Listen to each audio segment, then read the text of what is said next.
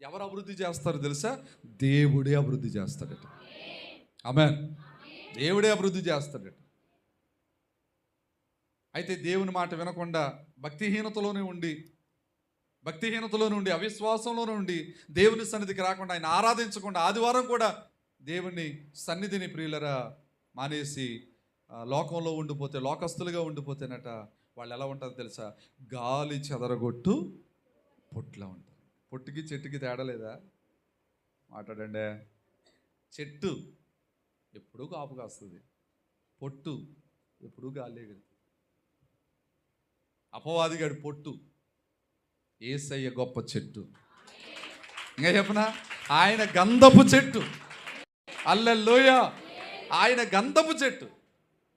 అపవాదిగాడు గాలిలో ఎగురు పొట్టు. ఇప్పుడు చెప్పండి, మనం యేసయ్యలా చెట్లో ఉందామా, సైతాన్ని గళ్ళ పొట్టులో ఉందామా? అమ్మా, మరి భక్తి చెయ్యాలండోయ్. చెట్లో ఉండిపోదామని తీర్మానం చేసేసుకుంటే గొప్పతనం కాదు. దానికి సరైన భక్తి, భక్తి పరులుగా జీవించాలండి. దేవునికి స్తోత్రం చెప్పండి. ఫలమిచ్చే చెట్టులా ఉంటారు, ఫలమిచ్చే చెట్టులా ఉంటారు. అందుకే మొన్నటి వారం చెప్పాను, ఈ ఫలమిచ్చే చెట్టు ఏం చేస్తా తెలుసా? వెట్ట కలిగినా భయపడదంట. దాని ఆకు పచ్చగా ఉంటుందట. ఇంకా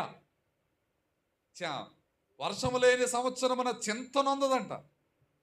కాపు కాయటం మానే. దేవునికి స్తోత్రం. భక్తి పరులు ఎప్పుడూ కూడా ఎన్ని కష్టాలు వచ్చినా సరే, ఎన్ని బాధలు వచ్చినా సరే ముందుకు సాగిపోతారు అంతే. యెహోవా ఈరే, ఆయనే చూసుకొనును. యుద్ధం యెహోవాదే, యెహోవా రాఫా, ఆయన స్వస్థపరుచుకుంటాడు. ఇలా చెప్పుకుంటూ ముందుకు సాగిపోతారట. వీళ్ళు ఎవరు తెలుసా? భక్తి పరులు. హల్లెలూయా! భక్తి పరులు.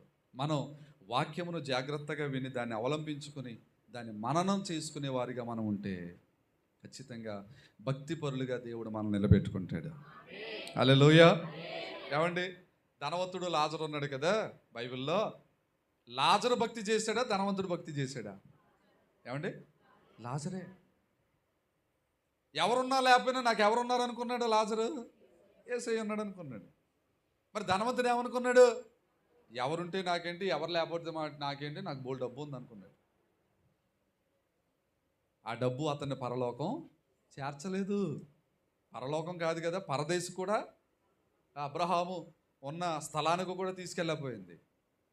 చాలామంది ప్రియులారా ధనము శాశ్వతం అనుకుంటారండి. మీకు మాట చెప్పనా? సమస్త కీడులకు మూలమే ధనం అంట.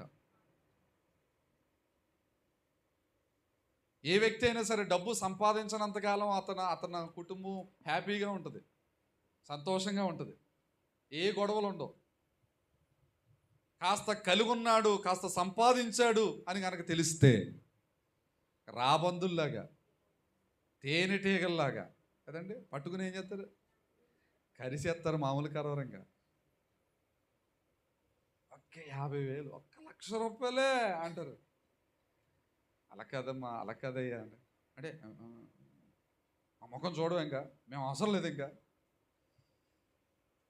వాక్యం కూడా చెప్తుందండి, ధనం పెరిగి కొలుతుందంటే శత్రువులు పెరుగుతారంట. వాక్యం మాట ఏది అబద్ధం కాదు. దేవుని వాక్యంలో సున్నా అయినా పొల్లైనా పోదండి, ప్రతి మాట సత్యం. హల్లెలూయా! అధికంగా సంపాదించకూడదు. అందుకే పేదరికం వద్దు ప్రభువా, ధనం వద్దు ప్రభువా, నాకు ఎంత కావాలో అంతే దయచేయమని ప్రార్థన చేశాడు భక్తుడు. ఆమేన్. మనం ఏం చేస్తామంటే, ప్రభువా ఏమనుకోకుండా అయినా తెల్లారేటప్పుడు ₹1,00,00,000 సంచి నా ఇంట్లో ఉండాలి. ఏం చేస్తావు? ₹1,00,00,000 వస్తే ఇన్కమ్ ట్యాక్స్ వాళ్ళు వచ్చి సగం అడ్డుకుపోతారు. ఏం చేస్తావు ఇంకా? అందుకే మనం చేసే ప్రార్థన ఒకటే, తగినంత నాకు దయచే ప్రభువా, తగినంత నాకు దయచే.